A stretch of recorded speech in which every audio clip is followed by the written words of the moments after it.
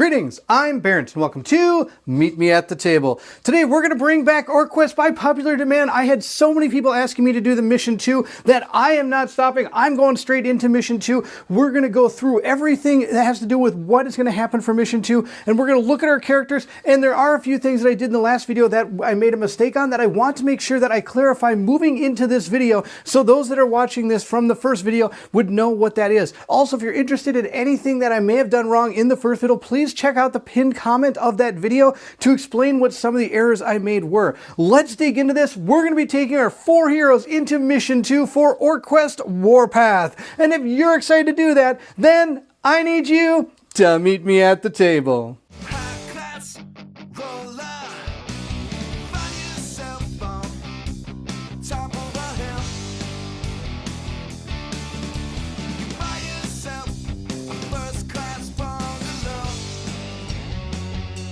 The first thing I want to do is look at Oris here. The thing that I was doing wrong in the last playthrough that I want people to understand is these 3 numbers down here are not all concentrated on that 10. I was saying that he can only have a max carrying capacity of 10, but that's only what he can carry in his backpack. So I've actually given him a lot of the items from the previous quest here. 1, 2, 3, 4, 5 of these, and 6, 7 more. Now, if you notice, this has a 2 on it, but once you recoup it, it's going to be 1 weight no matter what it is. So each card there is 1 weight, and he can carry up to 10 in his backpack. That is where I made the error. He can also carry up to 5 in his hand, and then he can carry up to 4 on his body. So he has a lot that he can carry. Now, of course, you can't go over the 10 capacity in your backpack and just say it's in his hand or something. You do actually have to keep those things all separate, but that was something I was making a small error in, is that I was thinking he could only ever hold a total of 10, but that is wrong. He can actually hold 10 in his backpack, 5 in his hand, and 4 on his body. Quickly looking at this character as well, there is a thing I want to mention, as I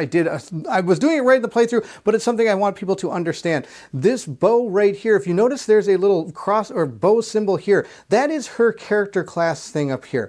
And when she goes to use the bow, or anybody can use this bow, but only the character class is going to be able to add that white die. So Make could have used the crossbow in the last playthrough, but he wouldn't have been able to get the extra die from the fact that he does not have that as his ability class. I hope that makes sense. I've given her a bunch of stuff as well. She has 1, 2, 3, 4, 5 different items here in her backpack. She can hold 2 more. The reason I've given those 2 the items is they're both close to leveling up a weapon. So I'm hoping that as we go forward soon, we can be able to level up our character's weapons in this playthrough. On top of that, if somebody gets something that the other person needs, of course, remember, you can always pass that to another character. And you can even throw it at them if you want to, but that could damage them. That's a few of the things I wanted to touch on before we go into Chapter 1, Quest 2. Here it is. Let's read through the narrative and see what's happening to our brave warriors. We've been sidetracked, but we need to concentrate on serious matters. How do we get to the capital? What? No one knows. What do we do with a bunch of losers? We are not sure, but we could go northwards. All roads surely lead to the capital. It's just like Rome. In fact, what is the name of the humans' capital? Nobody knows that either. Grrr. How can we go on an adventure without knowing where we're going? Let's go from door to door, asking politely. Maybe we will be shown where to go. Looking at the reserves we're going to be dealing with, for any of the places we move into, we're going to be dealing with this reserve pile here. These are our patrols, so now we're going to be using these soldier enemies that I will show you when those become part of the game. But for now, just know that we have changed our patrols from peasants and dogs. Oofta. They've gotten stronger. I'm a little worried. Now, this token here is going to be a special character, and that character actually is just going to be the token. It's not an actual place where this person's going to be like it was last time. It's going to randomly appear in one of the places we go to. Now, unlike our normal orky plan of running in there and just beating everything up, our main objective for this one says, would you be kind enough to please show me the way to the capital? It says here, slap them 2 or 3 times without damaging them too much, and we'll be back on the road. So we have to question peasants, then reach the correct exit. And I'll explain that in just a second when we go to our special rules. Our secondary objective is that we have to look out for falling rocks. Because of the racket we made in his neighborhood, a local hero famous for his outrageous strength, or outstanding strength, I apologize, has come to defend his village. This is a good thing as we have a few questions to ask him. So we have to kill Dwayne the Rock Lifter, as we know. That's awesome. It says here, the presence token represents Dwayne the Rock Lifter. The hero who deals the finishing blow gets one relic card called the Fragment of Power. Here we see Dwayne the Rock Lifter. He is a peasant, and that will be key in just a second when I talk about our special rules. He does have a range of 1 to 5 because he's going to be throwing rocks at us. He does have a defense of a gray and white die. His reaction is to be able to counterattack. He does have 7 orange defense here, which is actually, I think that's red defense, which is bonkers out of control. No, I think it's orange. I think sometimes the coloring is a little bit odd. I think this is orange defense. If I'm wrong, please let me know in the comments below. Also, of course, as we go through this video, please check the pinned comment of this video. If I do make any further mistakes, that is where you're going to find them post-launch of this video. He has 3 movement. The loot here is going to be our fragment, and he does give us 3 BA points, and his activations are all found here, and we'll deal with them when we find good old Dwayne. Here's our special rule. It says, can't we just kill them? There are 3 different exits in this quest represented by the BA symbols. We have the skull, the lightning, and the hit die, or hit location thing, the sparkly hit thing. Star power, we'll install that. In order to find out which exit is the correct one, you have to question the peasants. For each peasant who is attacked and lost at least 1 health point, death would make him less talkative. The heroes roll a BA die. The first result obtained 4 times indicates the correct exit. A peasant can only give the directions of an exit once in his lifetime. So once you've talked, they can be terminated. That's it's awesome. Here's a picture of the board. I'm not going to go on to the big board to show you. I'm just going to show it to you here. We do, of course, have our path that our patrol is going to follow, and it's going to go down this direction. We do have many different things here. There's 1, 2, 3, 4, 5, 6, 7 places we can go. Now, if you notice, here's the symbols for where each of those dice are going to be. And I have enough of those dice that I'm going to place them out on the map so we know exactly where those different places are. Some new things we haven't seen before is we do have some destroyed walls in part of this farm area here. Of course, we do have this huge giant farmland as well that if we ever have line of sight to, we're going to have to spawn things into. Now, I'm not sure exactly how I need to hit the line of sight on this thing. If I stand here, I'm pretty much right there already and I have to take it on, which is kind of out of control. But we'll see how it goes. We also have some different furniture pieces here, and of course, we have some barrels and boxes as well. And remember, those trees are out here too that can help us hide with our invisibleness. We do have all the things we're going to need for this game. I have my deck here for the loot, the events, and then of course our patrols. Here's our relic deck up here if we need to grab a card out of there after we kill maybe Dwayne the Wayne. That'd be awesome. We do have 5 BA points that we are carrying over from the last quest. You do carry everything over from each quest that you do, so you're going to be able to become more and more powerful as you go. I have heard some rumors that this game does sometimes have balance issues, but I think that's one of the hardest things when it comes to making dungeon crawlers is being able to balance everything as things go forward, because you never know how many points certain people are going to get. You have to just kind of average it out and hope for the best. So we're going to continue playing. Let's see how it goes, and I'm ready to be Orky. Let's be Orky. That sounded kind of dorky, but we're going to continue on. We're going to bring our big bruiser in. He's probably going to smash through this door, but we have to see if we have line of sight to this field, because if we do, we have to deal with it. Line of sight, of course, is the middle of the square to the middle of any other square that you can see. So I do have my laser pointer this time, so I am going to draw from the middle of this square to the middle of that. Like, we can see that cornfield from right here. So you actually have to start by dealing with that cornfield from how I understand this. I don't see any other way around this.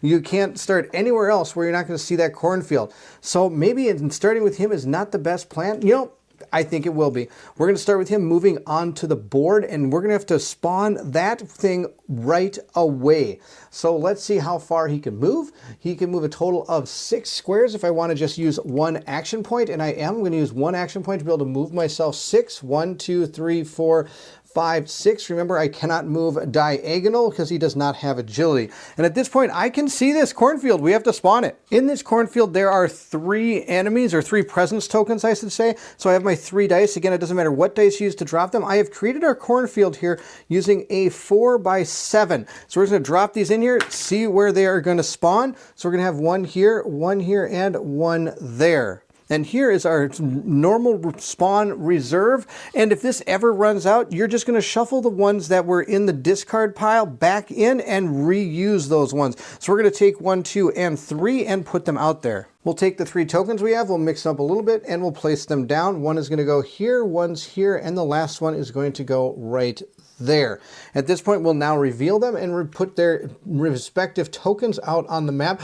Oh, look, we found Dwayne right away in the cornfield. Actually, it's not very good. I don't want Dwayne in the cornfield. That's going to be bad because, of course, remember, our spawn point for our patrols is way up there, so it might be okay that we might be able to take out this cornfield, hopefully before they show up. Now, good news, he's facing the wrong way, so I'm going to be able to get him without him knowing about it. The next thing I'm going to do with Oris, with his second action, remember, every character gets 2 actions, unless, of course, they are doing something outside of the normal abilities here.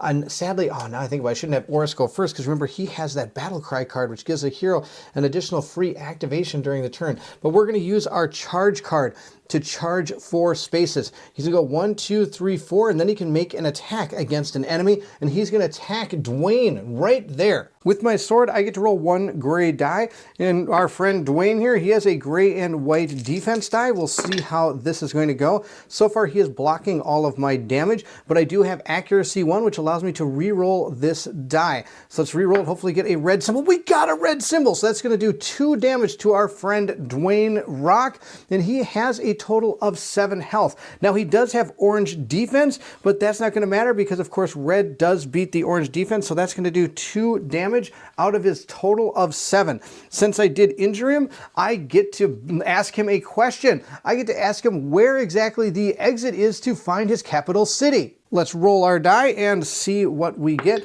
We've got ourselves a skull. So I'm going to go put a token next to the skull on the board. Before we do, I'm going to put a 2 down on Dwayne here. He has taken 2 damage. Now he does get to perform a reaction. Enemies only get to perform 1 reaction a turn. So that is another thing that I did wrong. I actually had that witch that we fought turn around and attack and come back and do all these fun things with her reactions. So his only reaction this turn is going to be to turn around and attack, or not attack, just be able to face him, so anything else coming at him he'll be able to deal with. The skull die in relation to the rest of the map is found right down here. It's where the patrols are going to walk off the board. I'm going to put just a 1 down next to that so I can remind myself how many times I've rolled that die. At the end of Oris's turn now, we're going to draw an encounter card and see what we have to deal with.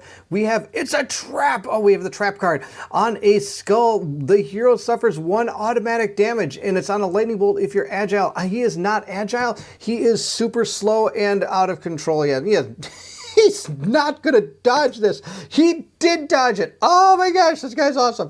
All right, he is able to survive the trap. He does not have to deal with that. We're going to move into our second character now that Oris has taken his 2 actions, done his thing, and finished his turn. We're going to go to Meek next. Meek, I think I was pronouncing his name wrong last time. I was pronouncing a lot of things wrong. He's going to use his move card for 1 action point, which allows him to move himself 7 places. Now remember, he is agile, so he's going to be able to move 7 spaces. Another thing I did do wrong that I want to mention is that when you do draw your event cards, you're supposed to place them on the character board so that you can remember that that character has gone. And then at the end of all 4 characters' turns, you can put them all in the discard so you know which ones have gone already. Here's Meek. He's going to start right here. He's going to move 1, 2, 3, 4, 5, 6, 7 to right there. Remember, he's agile, so he is able to move diagonal as long as what he's able to move through one of the 2 spaces is a safe space to be able to walk through.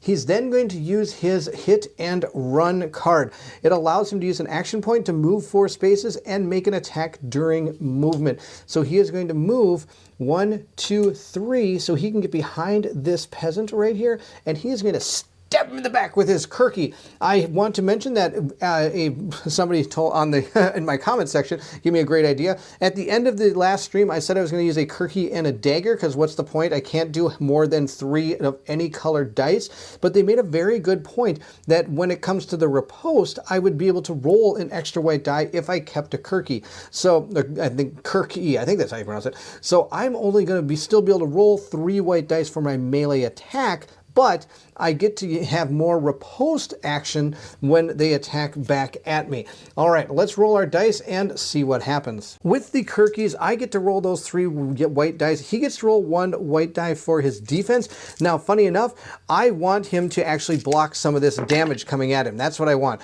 So I was able to do 3 damage, and he's going to block 1 of those. Now, I think that's still enough to kill the poor peasant, so he is going to die. That makes me super sad, because I really wanted to tell me the exit out of here. But alas, we have one-shotted the peasant. Of course, for one-shotting him, I do get to raise my BA points 1, because the peasant gives 0 when he dies, but I do get 1 for one-shotting a full health individual. I do get to draw a item card, and we have found ourselves a potion that is allowing ourselves to be fortified. We'll put this into his backpack, and fortified allows me to change one of my defense dice up 1. Instead of it being yellow, I could change it to orange, and so on and so forth. So it is something that can help me out in the future for poor Meek, who usually gets creamed pretty bad because he only has a yellow defense. We'll remove that enemy from the board. We didn't learn any information from him.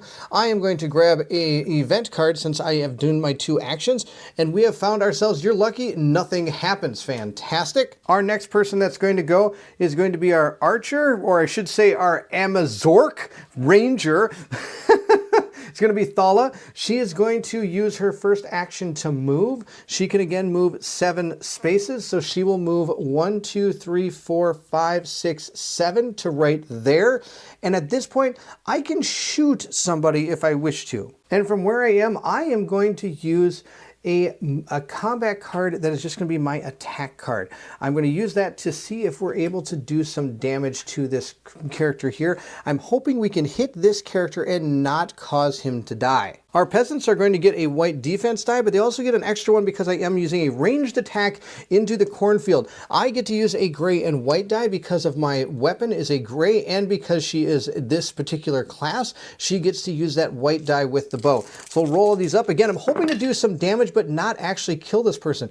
This is going to stop those damage there, and this is not going to do anything. That's going to come through for 2 damage, so the character isn't dead, which is perfect. I get to learn a little bit about where we need to go. Let's roll it up. We got another skull. So that means we now have 2 points on that skull. So we only need 2 more, and then we know that that is the way to the capital. We'll put 2 damage out onto our peasant, and sadly, even now the only problem with this particular scenario is I'm not getting those extra BA points for attacking. That so makes me sad. I shouldn't say attacking, I mean for doing damage. I'm not able to one-shot these guys because I want to learn about what's going on in the world. So we now have 2 points down on our skull die, and this character is now going to do a reaction, but the reaction is a counter attack, and the counter attack is range 2 to 4. 1, 2, 3, 4. It cannot make the ranged attack against the character that attacked it. So that character is done. It is now going to be Mandor's turn. Of course, before that happens, we get to draw an event card.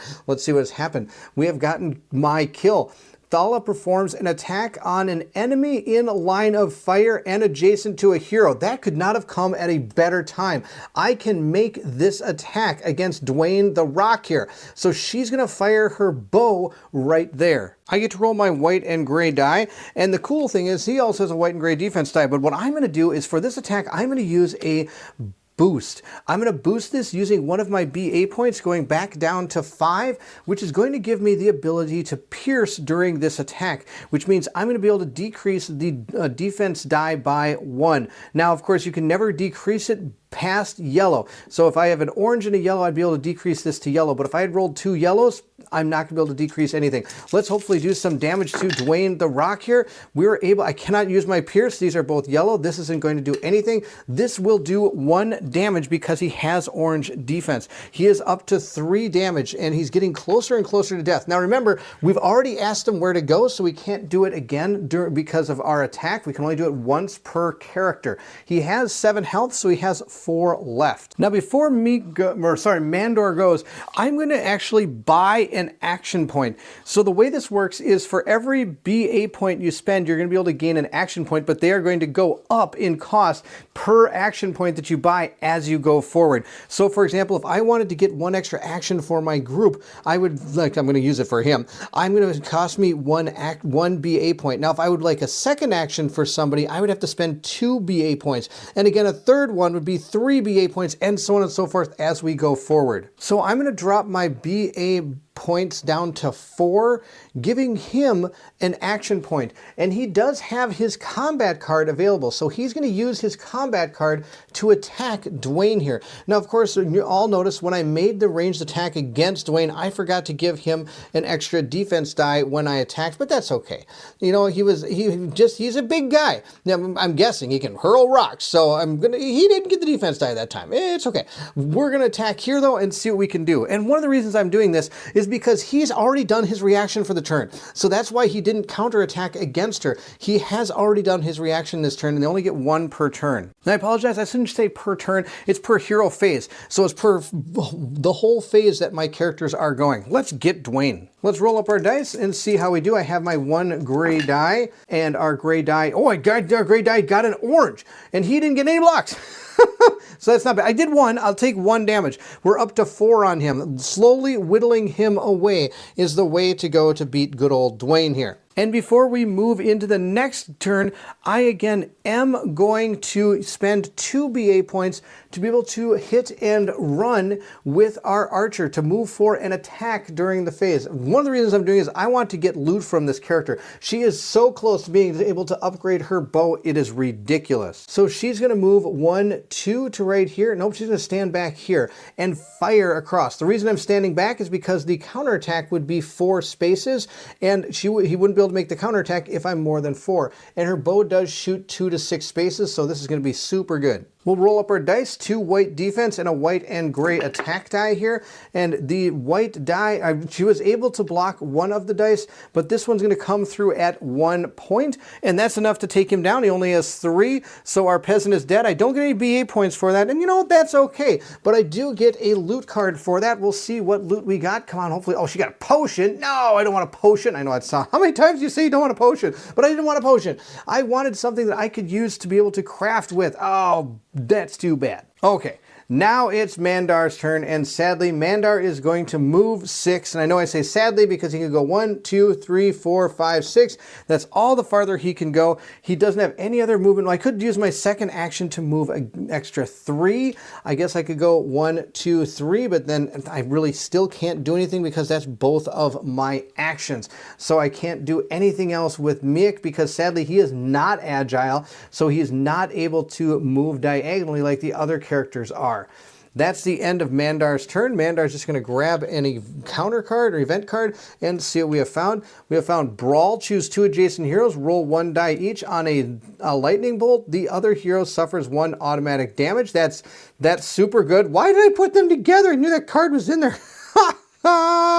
Unbelievable. All right, I'm going to roll for our friend here, Oris. Oris has got himself a skull. Now we're going to roll for Miek, or not Miek, sorry, that's Mandar. Mandar got a hit. That's not going to cause this card to activate, which was super funny.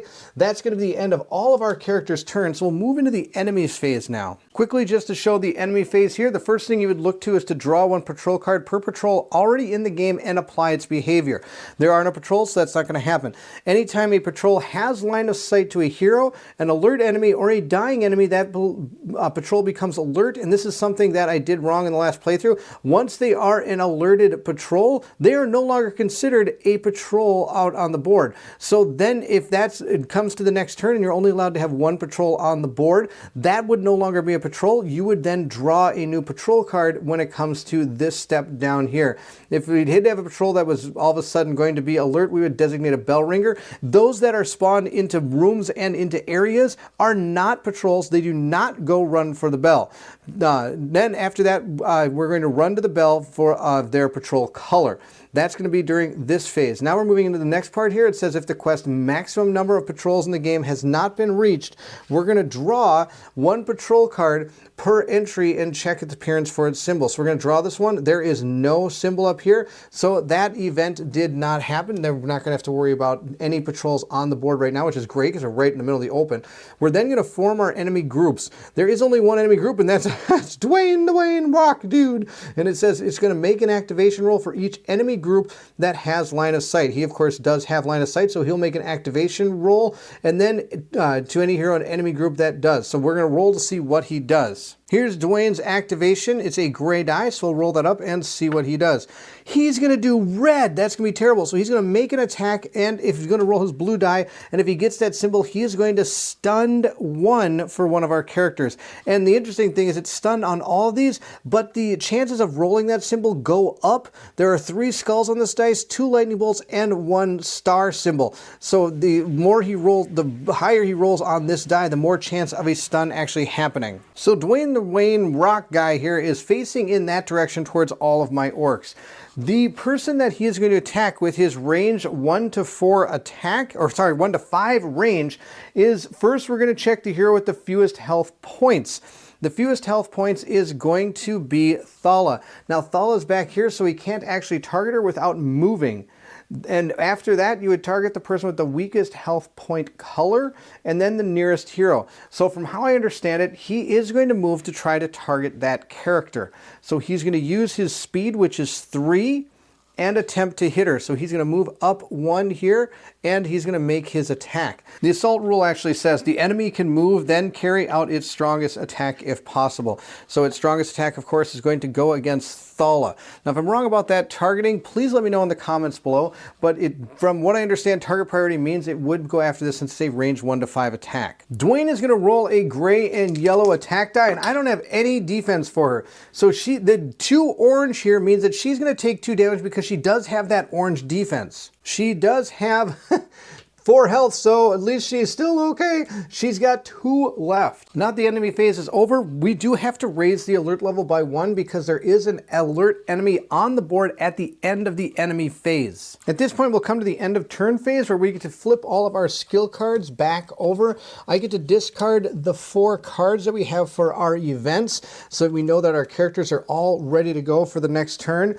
I get to learn new skills if I want to, but I don't really have the BA points to be able to learn anything right now. I get to organize my stuff, which means if there's anything I wanted to put into places that I can use, now is the time to do it. I can craft my gear, still can't do that, would love to, and I can enchant my weapons or armor, can't do that as well, but hopefully pretty soon. Now, of course, we've taken 2 damage, and I do have a potion here, so we'll probably be using that, which would be pretty good.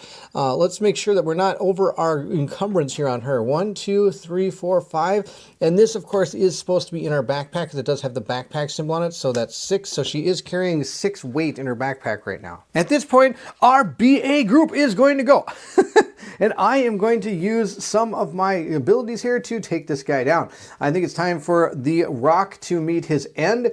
I'm going to start with Oris, mainly because any reactions done to him, he can take care of. He's going to use his movement to move 1, 2, 3 back behind him, so that when he does do his reaction, the only reaction he has is to turn and face that character. Now with that action done, he's then going to use his attack action as well. Now I do have my charge, but I can't use that because you can only move, well, I could have used my charge and stopped right here and made the attack, but I want him to be able to not get attacked. So at this point, we're going to use our attack action as well and see if we can do hopefully more damage to him. I only get 1 gray attack die, and he has a gray and white defense die. Now I'm not using a ranged attack, so he's not going to get the extra yellow die, but we did fantastic. This is nothing can block that. That's going to do 2 more damage to him because he does have orange defense, so red's only going to do 2. Now remember, red would do 4 if he had yellow defense. 2 more damage is going to put the rock at 6 health that he has taken, which is awesome. We'll remove that. Now that's the end of his turn. He's done his 2 actions. He does have the ability to do Battle Cry. A hero gets 1 free additional activation during Oris's turn. So during his turn, I think I am going to have another person take an attack or an action. And I think the action I'm going to do is I'm going to have Meek do a hit and run, or should I have Thala attack with her bow? Oh my gosh. Or I could have Mandar attack. I think I'm going to have Mandar attack. He hasn't done anything yet. I'm going to give his action to Mandar. Mandar's just going to use his combat attack and see how he does against him. Maybe he can take him out. Mandar gets a gray die, that's it. He does get then the bad guy gets a white and gray defensive die. And from what I understand, this is a magic attack, not a ranged attack. So I'm not shooting into a cornfield with ranged. I'm attacking with magic. So he doesn't get the extra white defense die. We'll roll this up and see how it goes. We got the red symbol again. Okay. This guy's super dead. So I was able to do 2 more damage. This isn't going to block a red symbol at all. That's going to do 2 damage. That is enough to take Dwayne the Rock off the board, which is fantastic. So he is super dead. We're going to gain 3 BA points, bringing them up to a total of 5. Having used our battle cry, we're not going to flip it over because it is a passive power. It's always active. So we'll move our token up to 5, and we're also going to get a fragment of power that we're going to put into his backpack. I now have to draw an event card and see what happens to our friend here. We have gotten You're Lucky, Nothing Happens. That is for Oris. We'll move into, I think we're going to go with Meek next, because Meek can sneak into this room and see what's there. So he's going to move 1, 2, 3, 4, 5 and use his sneaky to move through. Now he has 2 options here. One is he can use a movement point to open the door, or since he's invisible, he can sneak in for free. And then we're going to use the ability to see what's in this room. If an enemy is found in this space right here, Meek would stay outside, this door would open, and he would be found as not invisible anymore because the peasant was opening the door as he was opening the door as well. It's kind of an interesting little thing here. So 1, 2, 3, 4, 5. So he's going to have 2 more movement after he does this. I have built my 4x3 room over here. I don't roll them. I just drop them in there and see where they are. So we're going to put one. Oh, these are actually almost right on the money here when it comes to where they are. So I'm going to put one right here, and then the other one, I guess, is going to go here. I think that's going to be where they are. We'll take our little things here, shuffle them up a little bit, and we're going to grab 3 of these and place them into that room. According to our diagram that we have over on our little sheet there, well, I shouldn't say that, our little encounter area there, we're going to put 1 here. We're going to put 2 right here, which could be pretty bad because one of them, if he's facing this direction, he's going to instantly see me, but that's okay. This one, oh, I got a chicken in the room. That's awesome. We have 2 peasants facing that way. Oh no, look, there is a peasant facing right at him. So that is, I guess you could say, not good. We'll place down our 3 peasants. One is facing right at him, and that's no good, so he's gonna have to just basically attack that character. And then 2 are facing in this direction. I'm gonna put 1 here, and I'll put the other one over here. There you go. That's where they're gonna go. All these little pitchforks are hanging out, touching each other. That's awesome. Okay. Meek has entered the room with his movement, so he's going to be done with his movement. If he decides to move now, he's going to move out of the danger zone and take 2 damage, which is no good. So I am going to use, I'm just going to have to use my combat attack and hopefully take this character out so I can, this time I'm not looking to keep him alive. I want him dead so that I can get these people away so my range characters can get in here and actually do some damage. I get to roll 3 white dice. He gets to roll 1 defense die. Let's see how this goes. Oh yeah, he's super dead. All right, he's gonna block this, but I'm still gonna do 4 damage to that peasant. The peasant is going to be dead. I'm going to gain a loot card for that and a BA point for one-shotting him. I have found myself 2 metal. Oh my gosh, that's really good. That's the end of Meek's turn. He's done 2 actions. We're going to draw a card. We have found ourselves, oops, the hero moves ahead 2 spaces, alert level +1 if the hero hits an obstacle. 1, 2. He's going to move right here. That's terrible because he moved through the danger zone of that enemy. So from what I understand, I'm going to take 2 damage from this enemy. I don't hit an obstacle, so the alert level does not go up, but that was absolutely horrible. Meek is down to 5 health now because of running through that stupid danger zone that he got absolutely rocked. Okay, that's awesome. All right, that's the end of his turn. We'll move into our next person's turn. The only good thing is it kind of gave us a way to get into this room now. Like, at least it's not in the way for our line of fire, at least. I'm going to have Mandor go next. He's going to use his move action first. 1, 2, 3, 4, 5, 6 to right here. At this point, he is now going to make his other attack. He does have 2 of these attack cards.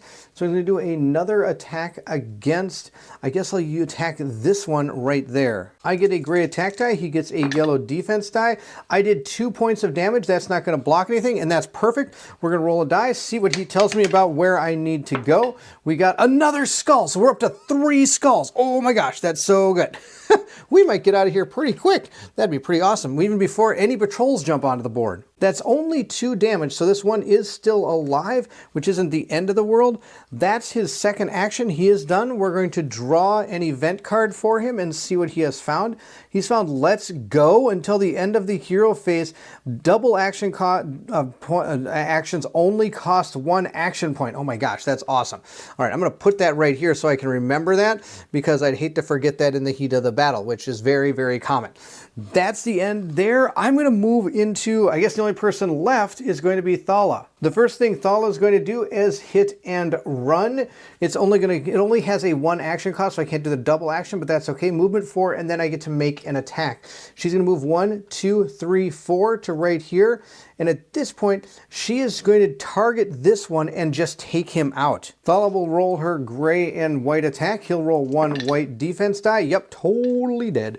He's going to be super dead. We're going to take him off the board and gain 1 item card for Thala. Thala's going to gain her... Oh, she got another bow. I'm going to just recoup this right away and gain 1 of my wood. So now I do have enough wood to upgrade the bow. 2, 3, 4, 5, 6, 7. But I don't have enough gold. I need 4 gold, and I've only got 1. So the other person in our party, he has, I think, a lot of gold. So we need to try to get them together, Oris and him.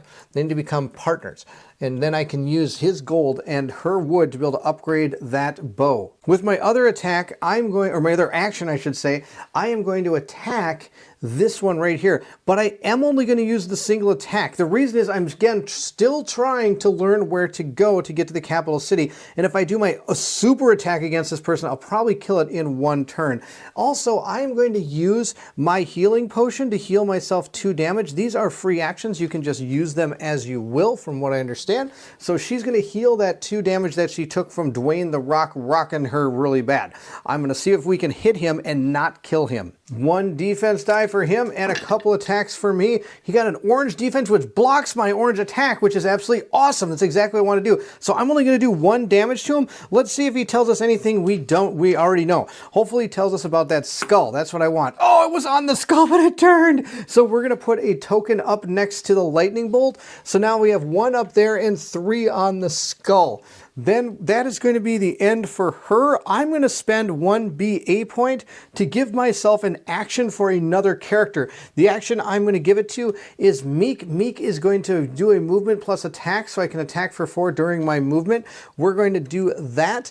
I'm going to roll my dice and see how it goes. I get 3 yellow dice, and he gets 1 white defense die. He should be super dead. He blocked 1 of my attacks, but the other 2 are going to get through, meaning I have done a total of 3 damage to him. That peasant is also dead. I'm going to grab a loot card for him. I found a movement potion. Wow, that's hilarious that the thief has a movement potion. That guy can go pretty much anywhere on the board right now. That's the end of this guy, and I should turn my character that way to make the attack. I am going to draw an event card for Thala. Let's see what she has found. You're lucky, nothing happens. So at this rate, we're now again cleared the board. There are no enemies on it for us. So the only thing that's going to happen during the enemy phase here is I'm going to draw a patrol card and see if we have to deal with the patrol. We do not have to deal with the patrol yet, which is really kind of sad. I was hoping a patrol would come on the board so you can see them in action, but we might actually get out of here without having to deal with the patrol. We'll move into the end phase, so I get to flip all my cards, resurrect any people, learn new skills, organize my stuff, craft and enchant weapons. We're not going to be doing any of that yet. We're super close to being able to upgrade his sword, and we're also super close to be able to upgrade this bow. We could, if we want to, upgrade the Kirky, and I believe we're also really close to upgrading our staff if we want to do that as well. So we do have some options here moving forward. We're super close to upgrading some stuff. We just need to maybe get our characters together so that we can make one final push to find the exit, and on top of that, hopefully get some new gear moving forward. We're going to see what we can do. I think I'm going to start with our big giant guy here. He's going to move 1, 2, 3, 4, smash straight to this door, 5 right into that room, and we're going to see what we find. According to our book, there are 3 enemies in this room, so we'll drop these in here. We're going to move, this one is going to have to move off the board, and this one's going to stay here because there's a barrel. There's a barrel there too. I'm going to move him right here, I guess, then, because there's 2 barrels right there. All right, that's going to be where we put our enemies. We'll grab our 3 tiles here, mix these up a little bit, and we'll grab this one, and that one. Placing our tiles out on the board, we've got 2 right here and 1 right there. Let's see what we have found. We have found a peasant. He is facing in this direction. We have found ourselves a peasant facing in that direction, but we're going to turn him to face because I smashed through the door. And our last one is a dog facing right at us. Okay, we got to take out the dog. I am going to be looking right at this dog, and I am going to make my second activation be an attack against that dog. Our dog has no defense. We're going to roll our 1 attack die here. I get to re-roll that. Yellow is terrible. Let's hopefully get a better roll than that. We got the red, yes.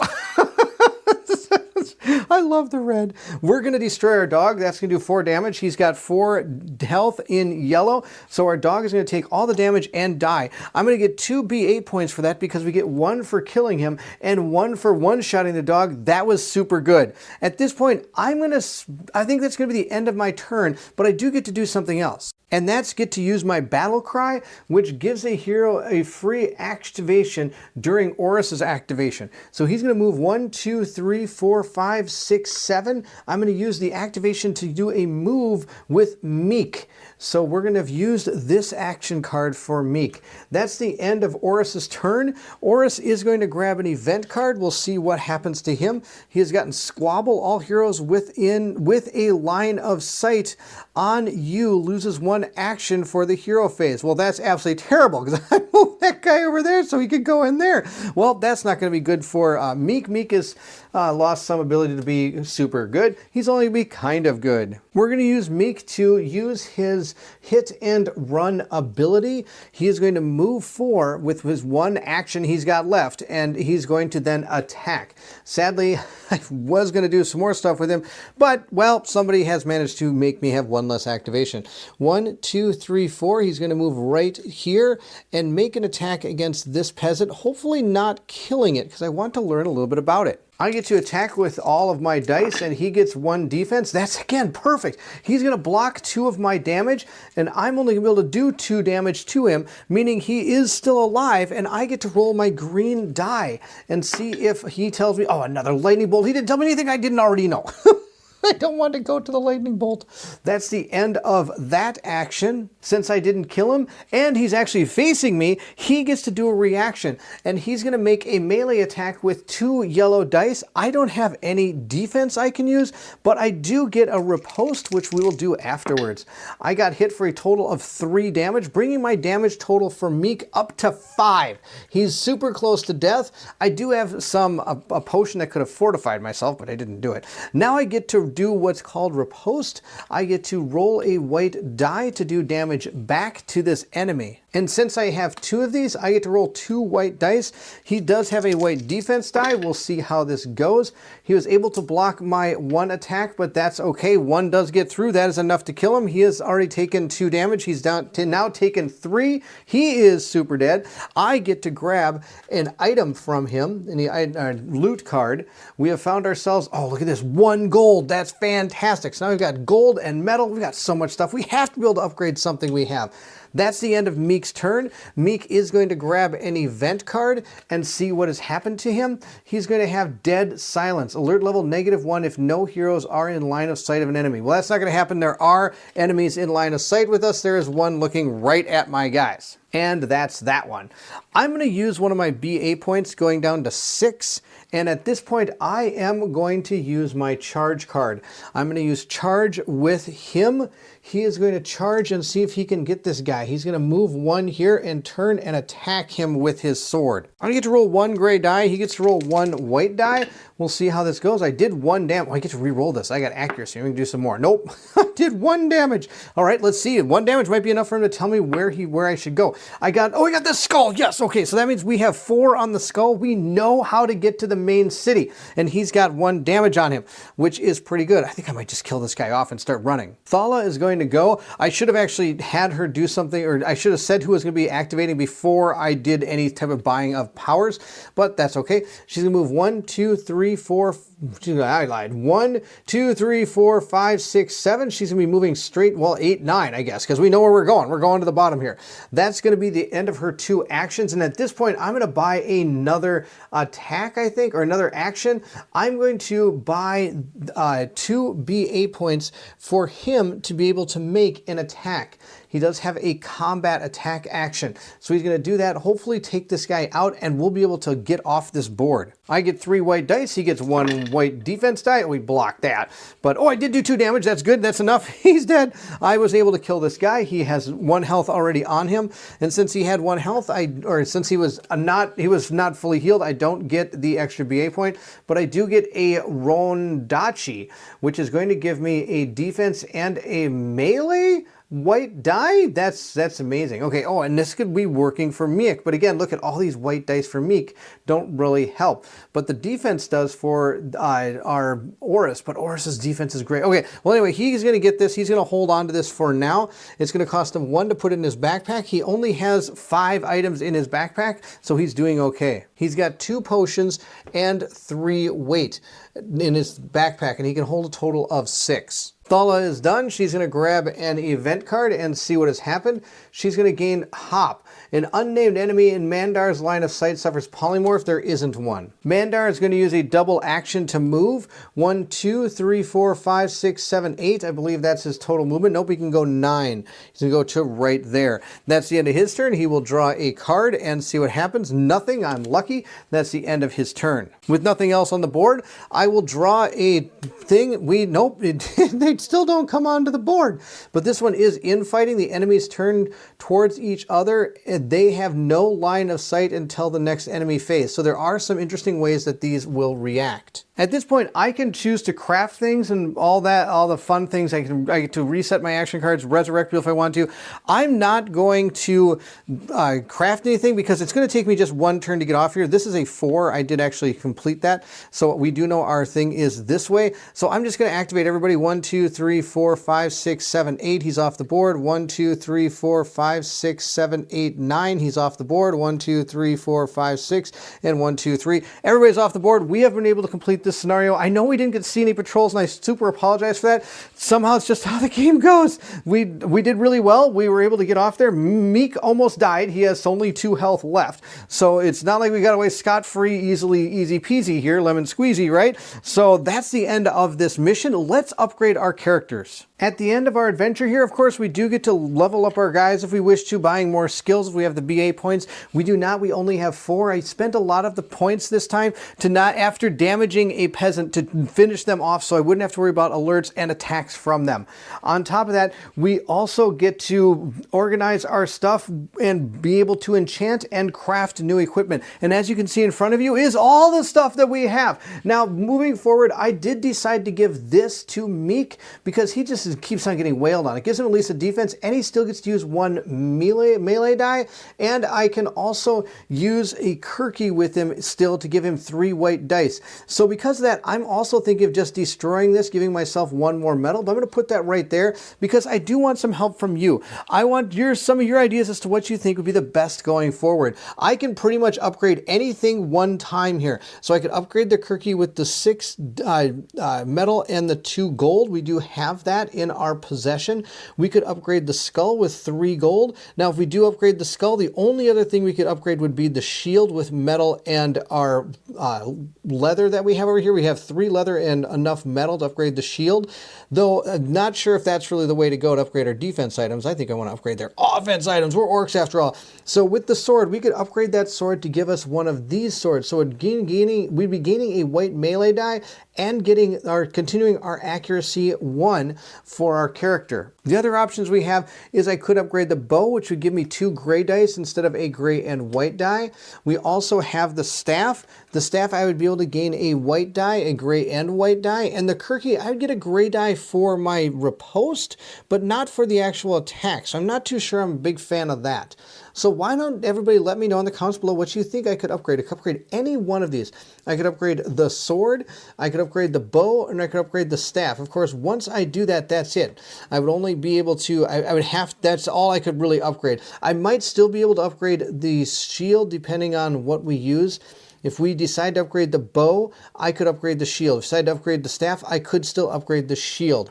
but if I do the sword or the Kirky, I would not be able to upgrade the shield. On top of that, we have a fragment of power. The fragments of power I can then put on a weapon. So I'm thinking whichever weapon we decide to upgrade, we're going to give it one of these enhancements. There are so many out there, and each of these enhancements are different. I will roll a die when I make the attack, and I would gain brutality on that particular symbol. So for example, say we decided to upgrade our sword. I'd put that on my sword, and if at any point we're able to get 10 red attack results, then I would switch it over to this side.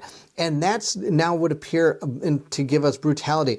The reason it changes because this is a harder symbol to hit on the green die than that symbol is.